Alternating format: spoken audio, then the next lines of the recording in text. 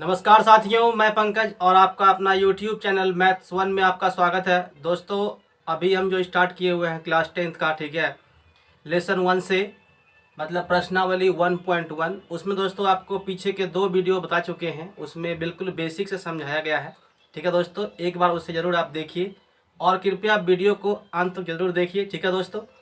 आप देखिए आज के प्रश्नों से, ठीक है, जो आपको हम कल 2 होमवर्क दिए हुए थे उसी प्रश्नों के साथ दोस्तों आप हाजिर है, ठीक है। उसके बाद हम आपको बताएंगे टोटल आज ये 1.1 जो लेसन है, ठीक है, इसे आज कंप्लीट करेंगे, ठीक है दोस्तों।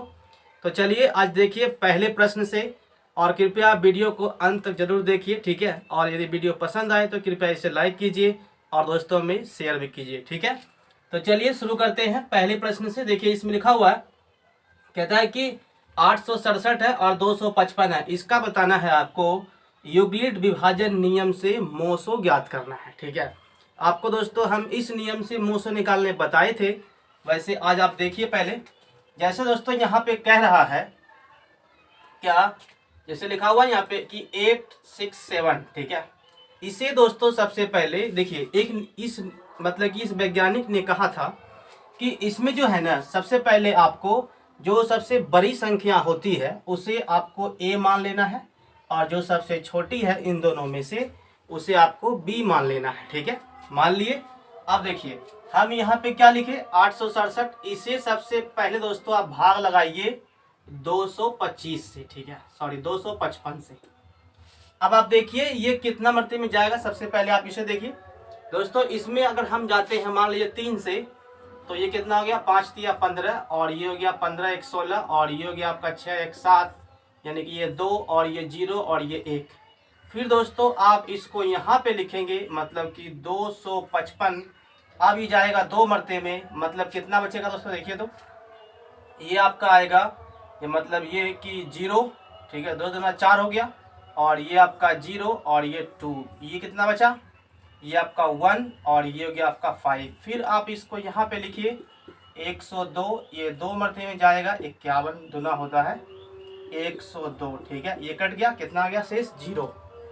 ये कर लेने के बाद दोस्तों आपको हम समझाए थे, अभी आपको बताएंगे कि हम यहाँ पे ये क्यों लिखे हैं, क्योंकि ये प्रश्न जब आएगा, ठीक है, उसमें भी काम देगा और आपको यहाँ भी हम समझा देंगे कि ये क्यों लिखे हैं, ठीक है। देखिए जैसे दोस्तों यहाँ पे लिखा हुआ है, इसे हम यहाँ पे लिख लेते हैं, नहीं तो छोड़िए।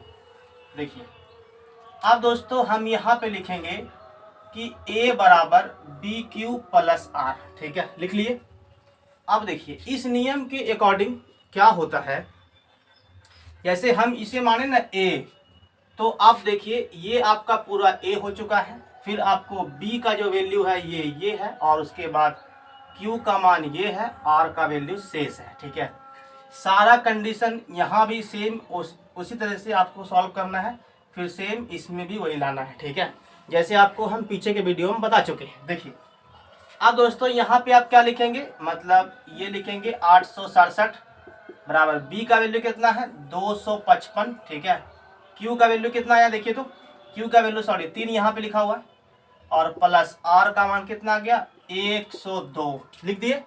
अब देखिए यहाँ से दोस्तों ये वाला पूरा काम हो गया है कंप्लीट, ठीक है। लेकिन इसे रखें क्योंकि वापस से इससे भाग दिए हैं ना, तो इसे आप मिटा दीजिए यहाँ से। अब देखिए ये फिर से हो गया आपका a और ये क्या बन गया आपका b और यहाँ हो गया q और ये आपका हो गया r। फिर आप लिखिए 255 बराबर यहाँ पे लिखेंगे 102 गुना यहाँ पे लिखिए 2 प्लस ये कितना हो गया आपका 51, ठीक है, समझ में आ रहा है। अब देखिए फिर आप लिखेंगे इसको, मतलब ये आपका हो गया a और ये फिर से b और ये आपका q और ये r, ठीक है। अब समझिए ये कितना आ गया दोस्तों, यहाँ से आप यहाँ पे लिखिए 102, ठीक है। फिर आप यहाँ पे लिखिए 51 गुना 2 प्लस फिर कितना लिखिएगा 0, ठीक है। जब दोस्तों यहाँ पे 0 बच जाता है तो जो यहाँ आया हुआ है ना ये 51, यही इसका क्या है HCF है। मतलब आप यहाँ लिखेंगे HCF बराबर कितना आ गया आपका 51। यही इस प्रश्न का आंसर है और इसका क्या बोलता है सवाल नंबर 2 का, ठीक है। अब देखिए जैसे आप ये कर लेंगे पहले दोस्तों इससे आप रफली भाग ले लेंगे, ठीक है। भाग ले देने के बाद क्या करना है, इसको इस फार्मूला पे रख देना है, आपको 2 नंबर आराम से मिल जाएगा, ठीक है। अब देखिए सवाल नंबर यहाँ पे 3 को इसे कैसे बनाते हैं आप इसे भी समझिए, ठीक है।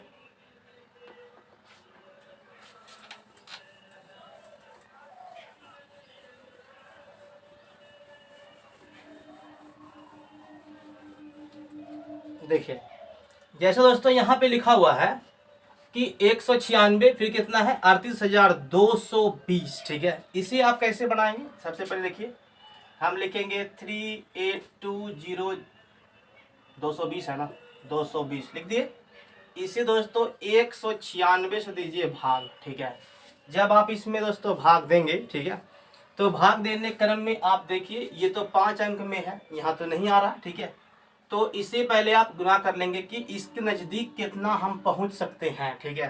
देखिए इसका जो है ना, यदि आप 196 गुना करते हैं 195, तो इसके करीब आप पहुंच जाएंगे, ठीक है। देखिए कितना था, 6 पंचे 30 हो गया, हाथ में कितना रहा आपका 3, ये हो गया 45 और 3 हो गया 48 और 5 और 4 हो गया 9, ये कितना हो गया 54 के 4 बकिया 5 81 और 5 हो गया 86, 9 8 कितना हो गया 17, ये आपका हो गया 6 9 एंड 1, ये 0 12 के 2, उसके बाद 9 6 15 6 21 1 22 16 और 1 17, 2 और 1 3, 17 1 18, ठीक है।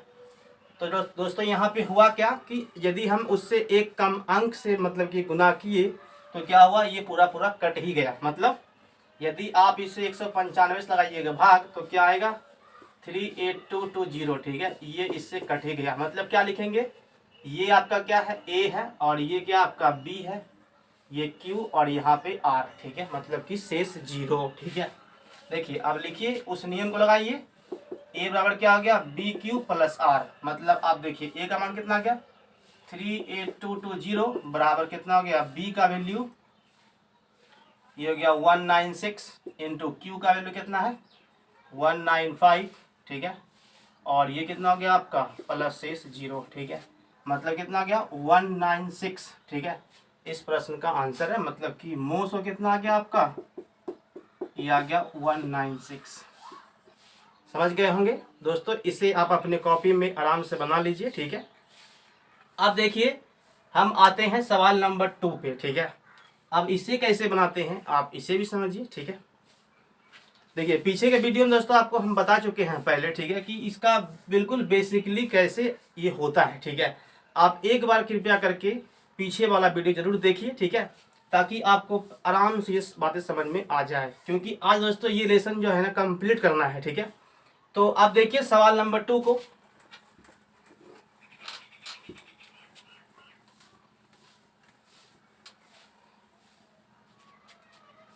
देखिए क्वेश्चन नंबर 2 में दोस्तों क्या कह रहा है इसे आप समझिए। पहले लिखा हुआ है कि दर्शाइए कि कोई भी धनात्मक विषम पूर्णांक 6q प्लस 1 या 6q प्लस 3 6q प्लस 5 के रूप पर होता है जहां q कोई पूर्णांक है, ठीक है।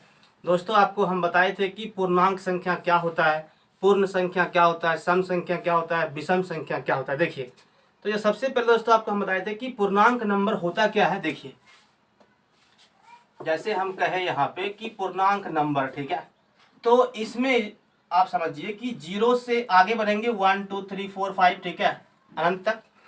और जो संख्या मतलब जहां से हम शून्य से स्टार्ट किए ना, तो वापस यदि हम फिर से मतलब कि जैसे हम कहे कि अभी हम शून्य पे खड़े हैं, ठीक है, फिर हम यहाँ से आगे की ओर जाएंगे, बढ़ गए, फिर हम शून्य पे वापस आ गए। यदि हम शून्य से फिर जाते हैं पीछे की ओर, ठीक है, मतलब कितना आ गया -1 -2 -3 इस तरह से, तो ये नंबर क्या है आपका विषम पूर्णांक। आपसे दोस्तों पूछ लेगा क्या कहता है एग्जाम में कि बताइए कि इनमें से कौन धन पूर्णांक है, विषम पूर्णांक कौन सा है, ठीक है। तो इस तरह से सवाल पूछ सकता है ना। तो आपको हम बताए थे पहले, आप देखिए आप समझिए आगे। देखिए सवाल नंबर 2 पे आते हैं। इसमें दोस्तों आपको जानना ये है, लिखा हुआ है कि आपको जो है ना दर्शाना है कि 6q प्लस 1, फिर लिखा हुआ है 6q प्लस 5, सॉरी यहाँ पे 3 लिखा हुआ है पहले, और फिर लिखा हुआ है 6q प्लस 5, ठीक है, लिख दिए यहाँ तक। अब जैसे कि एग्जाम में आप बैठेंगे तो क्या करेंगे, इसमें इस तरह से पहले सवाल लिखा हुआ रहेगा, आपको यहाँ पे लिख लेना है। जैसे यहाँ पे हम लिखे ना कि ये जैसे कि यहाँ पे लिखा हुआ है कि दर्शाइए कि ये धनात्मक विषम पूर्णांक है, ठीक है। तो आप क्या करेंगे, पहले इस तरह से इसे लिख लेंगे, ठीक है, क्योंकि देखिए आपका अभी स्टार्टिंग है, तो एग्जाम में वहाँ कैसे बनाना है इसे आप अच्छे से समझिए, ठीक है। पहले इसे इस तरह से लिख लेंगे, लिखने के बाद क्या करना है उसे आप देखिए। अब दोस्तों यहाँ पे हम क्या करेंगे, देखिए एक बात आप और समझिए, जैसे ये जो है ना लिखेंगे a बराबर 6q+1, ठीक है। अब आप कहेंगे दोस्तों कि ये a कहाँ से आ गया, ठीक है, कहेंगे ना। समझिए, जैसे अभी हम बताए थे आपको यूक्लिड विभाजन के नियम से, ठीक है, ये दिखा यहाँ पे लिखा हुआ नहीं है, लेकिन हमको जानना होगा कि ये a के बराबर सब दिया हुआ है, ठीक है। क्योंकि आप देखिए कि 6 जो है ना, एक बात आपको और पहले समझा देते हैं, ठीक है। कहने का मतलब ये हो गया, जैसे हम यहाँ पे लिखे कि ये 5 है, इसमें आप दीजिए भाग 2 से, ठीक है। तो 2 से ऐसे भाग देने का अर्थ क्या हुआ, 2 दूना कितना हो गया आपका 4 बचा 1। देखिए ये जो लिखा हुआ है ना, ये क्या है, ये आपका b है, और ये क्या है a है, और ये क्या है q है, और यहाँ पे आपका r है, मतलब कि शेष है। समझिए, कहता है कि यदि आप 2 से देते हैं भाग 5 में, मतलब कि जैसे यहाँ पे हम लिखे ना कि ये आपका क्या है, ये आपका b का वैल्यू लिखा हुआ है 6, ठीक है, समझ गए। और a का मान यहाँ पे कुछ दिया हुआ नहीं है, तो a हम मान लेंगे कि माना a एक क्या है, विषम पूर्णांक है, ठीक है। जैसे हम कहें कि कोई एक विषम पूर्णांक है, हम कह सकते हैं, ठीक है। तो a का मान हम कुछ भी यहाँ पे मान सकते हैं, मानने के लिए कोई दिक्कत नहीं है। तो ये क्या है आपका एक, जैसे कि आप सम संख्या से भाग दिए किसी विषम संख्या में, तो शेष कितना बचा, 1 बचा, ठीक है। तो इस तरह से आपको दिखाना है इसमें। तो देखिए आप क्या करेंगे, इसमें लिखेंगे यहाँ पे कि माना a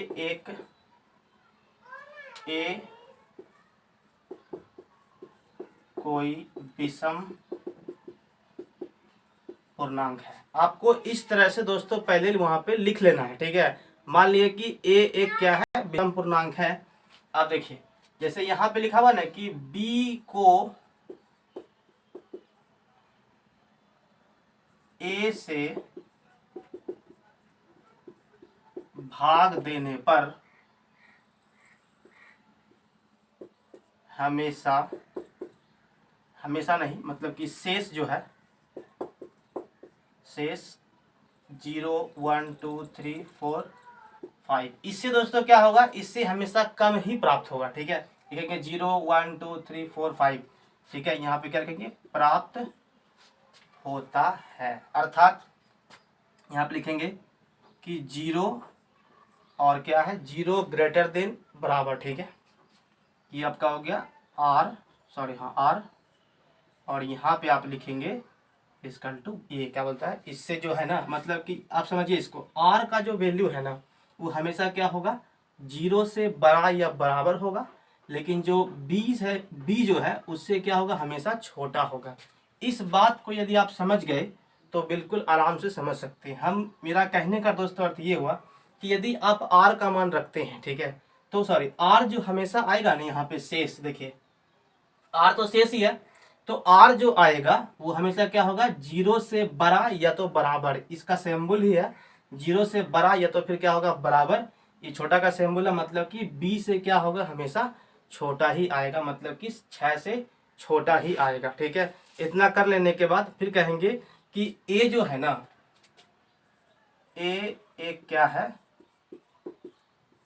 विषम पूर्णांक है। बस इतना बात आपको इसमें लिख देना है, आपका आंसर हो गया, ठीक है। और इसमें कुछ दिमाग नहीं लगाना है ज़्यादा। आप जिसे यहाँ पे लिखेंगे तो जैसे आप देखिए इसमें शेष कितना बच रहा, तो आप एक बात और कर लीजिए यहाँ पे कि शेष के रूप में हमें क्या आया है, 1 3 एंड 5, ये सभी क्या है, ये अभी आपका शेष लिखा हुआ है, ठीक है। इतना आपको लिखना है क्योंकि ये सवाल 2 नंबर में आएगा, ठीक है दोस्तों, समझ गए होंगे।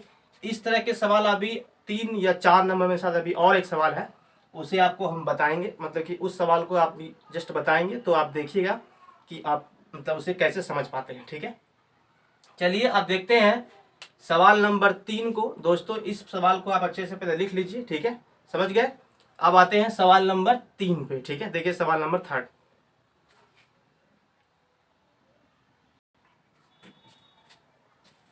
देखिए साथियों सवाल नंबर 3 को, इसमें क्या कह रहा है, कहता है कि किसी परेड में 616 सदस्य वाली एक सेना है, ठीक है, आर्मी की, जो कि 32 सदस्य वालों एक आर्मी बैंड के पीछे मार्च कर रहा है।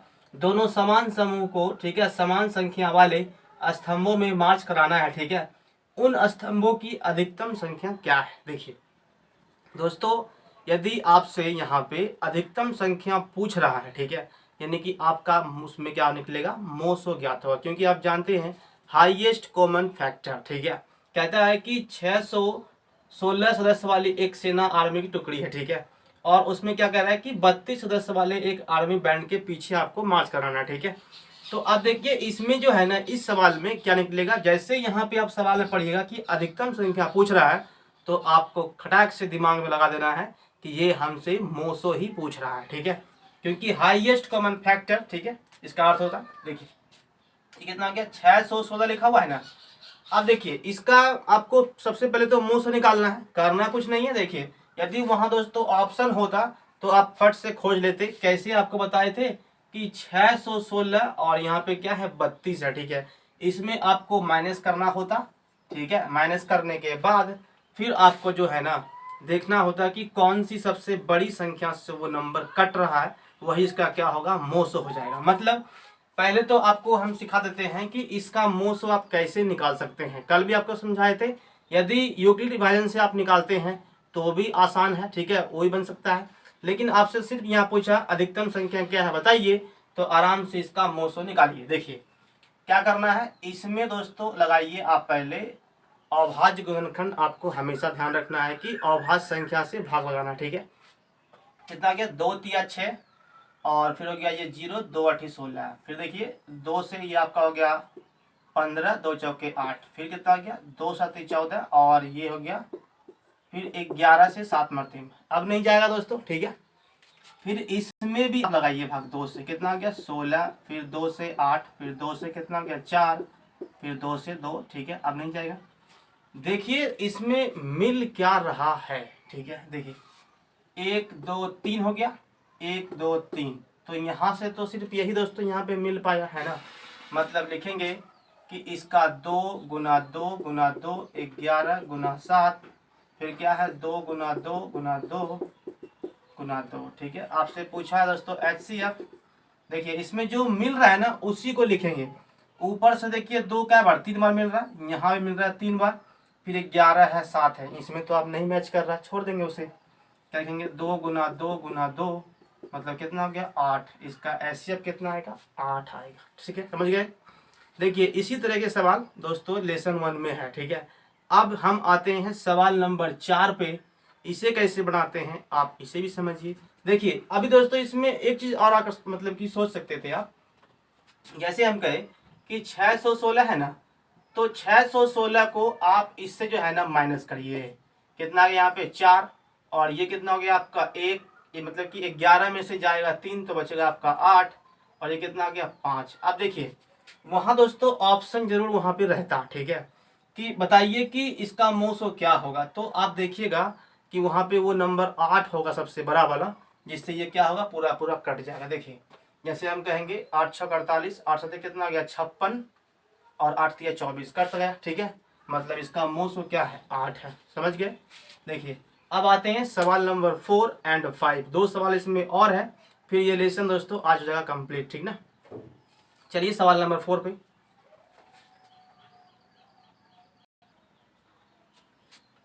देखिए दोस्तों सवाल नंबर 4 को, इसमें कहता है कि यूक्लिड विभाजन प्रेमिका का प्रयोग करके दर्शाइए कि किसी धनात्मक पूर्णांक का वर्ग किसी पूर्णांक m के लिए 3m या फिर 3m प्लस 1 के रूप में का होता है, ठीक है। सवाल ऐसा ही दोस्तों लिखा हुआ शायद है, ठीक है। अब देखिए आपके पास वहाँ बुक है, ठीक है, आप सवाल को एक बार फिर से देखिए, ठीक है। इसमें दोस्तों कहना क्या है कि आप देखिए कि m यहाँ सिर्फ प्रयोग कर लिया, ठीक है, जबकि m यहाँ कोई मायने नहीं रखता है, ठीक है। जैसे हम कहें फॉर्मूला क्या होता है यूक्लिड का, ये लिखेंगे a बराबर बी क्यू प्लस आर, ठीक है। जहां आपको हम अभी तुरंत क्या बताए दोस्तों यहाँ पे जैसे हम लिखे यहाँ पे कि 0 जो है ना, मतलब कि r का जो वैल्यू होगा वो हमेशा क्या होगा, 0 से जो है ना, 0 से बड़ा या तो फिर बराबर, या तो फिर आप देखिए b से हमेशा क्या होगा, छोटा होगा। ठीक है, अगर ये फंडा को आप समझ गए ना, तो आराम से देखिए इस तरह का सवाल जो है ना, मतलब कि आपको ऑब्जेक्टिव में ही पूछ सकता है। ठीक है, जैसे हम कहे कि दोस्तों r यहाँ पे क्या है, 0 से बड़ा बोलने का मेरा मतलब ये हुआ कि 0 ये बराबर लिखा हुआ, मतलब यहाँ पे 0 भी हो सकता है, 1 भी हो सकता है, 2 भी हो सकता है, 3 भी हो सकता है। ठीक है, इस तरह से चलेगा, समझे। और कहता है लेकिन b का मान इससे क्या होगा, छोटा होगा। अब b का वैल्यू यहाँ पे क्या है ये अभी पता नहीं है। सवाल में यहाँ देखिए b का मान कितना है, 3 है, मतलब कि 3 से क्या रखना आपको है, 3 से आपको कम रखना पड़ेगा। ठीक है, यही इसमें कह रहा है, समझे। अब यहाँ पे लिखेंगे दोस्तों क्या, जैसे देखिए ये तो लिख दिए, हमको यहाँ पे लिखना है कि 3m, ठीक है, 3m या 3m+1, ये लिख देने के बाद आपको क्या करना है, कहेंगे कि a एक क्या है, विषम पूर्णांक है। ठीक है, लिखेंगे कि a जो है, a एक विषम पूर्णांक है। ठीक है, अब ये मानने के बाद मतलब ये हुआ कि यदि आप b में जो है ना, जैसे देखिए हम क्या कहें कि आप यहाँ से, जिसे हम कहें यहाँ पे कि 3 है, ठीक है, और इससे आप यदि 2 से देते हैं भाग तो कितना रहा, यानी कि 2 एकम 2। अब देखिए ये आपका क्या है, ये जिससे आप भाग जैसे लगा रहे हैं, ठीक है, तो इसे तो हम कहते हैं दोस्तों q, ये आपका हो गया r, जो आपका बड़ा संख्या है मतलब वो a है, और ये क्या है आपका b है। ठीक है, यही कहें। तो अब देखिए 2 में जो है ना, यानी कि कहने का दोस्तों मतलब ये हुआ कि 2 से आप इसमें भाग दिए हैं। ठीक है, 2 से इसमें भाग दिए तो शेष कितना है आपका, 1 आया। ठीक है, वैसा ही यहाँ पे हम कहे कि ये 3 आया हुआ है, मतलब 3 जो है ना वो किसका मान है, b का वैल्यू दिया हुआ है। ठीक है, b किसका मतलब कि ये हो गया 3 जो है ना, वो 3 क्या है, b का मान है। यहाँ हम कुछ बड़ा मान रखते, ठीक है, तो जैसे हम कहें यहाँ हम रख देते हैं, मान ली 5 है, और यहाँ कर देते हैं जैसे कि 7 है। ठीक है, अब देखिए तो 5 एकम 5 हो गया, और ये नीचे कितना बचा, शेष में आपका आया 2। ठीक है, तो इस तरह से दोस्तों हुआ क्या, जैसे हम कहे कि यहाँ पे लिखिए, देखिए a का मान कितना आ गया आपका 7 है। ठीक है, और b का मान क्या है आपका 5 है। फिर आप देखिए q का मान कितना है आपका 1 है। क्योंकि पहले आप यदि नहीं समझेंगे इस टर्म को तो आप नहीं बना पाएंगे वहाँ भी। ठीक है, जैसे कहे a, और देखिए r का वैल्यू कितना है दोस्तों, यहाँ पे 2 आया। अब इस फंडा को पहले समझिए। ठीक है, जैसे यहाँ पे लिखा हुआ है कि हम यहाँ पे किए क्या कि 7 को जो है ना हम 5 से लगा दिए भाग। ठीक है, 7 को 5 से दिए भाग, तो शेष कितना आया, शेष मेरा आया हुआ है 2, और भागफल कितना आया हुआ है, भागफल आया हुआ है आपका 1। तो इस टर्म के अकॉर्डिंग हम, मेरा कहने का दोस्तों मतलब ये हुआ, जैसे यहाँ पे 3m है, फिर 3m+1 है, ये आपका क्या है, ये आपका b का जैसे यहाँ पे मान है, तो ये 3 लिखा हुआ है b का वैल्यू है। ठीक है, 3 जो है ना b का वैल्यू है। फिर उसके बाद a किसी अंक को आपको मानना है और रखने के लिए। ठीक है, और शेष वहाँ पे कितना प्राप्त हुआ है, शेष प्राप्त हुआ है 1। ठीक है, तो अब यहाँ दोस्तों हम क्या लिखेंगे आगे, आप इसको पहले समझिए। देखिए जैसे यहाँ पे लिखें कि देखिए a एक क्या है, विषम पूर्णांक है। यदि हम लिखेंगे यहाँ पे कि b को, सॉरी a को, यहाँ पे लिखेंगे कि a को b से भाग देने पर शेष 0, 1, 2 ये प्राप्त होता है। ठीक है, प्राप्त होता है, मतलब ये हुआ कि यदि आप कभी भी ये ध्यान रखेंगे कि हम क्या किए कि a में जो है ना, आप यदि दोस्तों b से लगाते हैं भाग, ठीक है, जैसे आप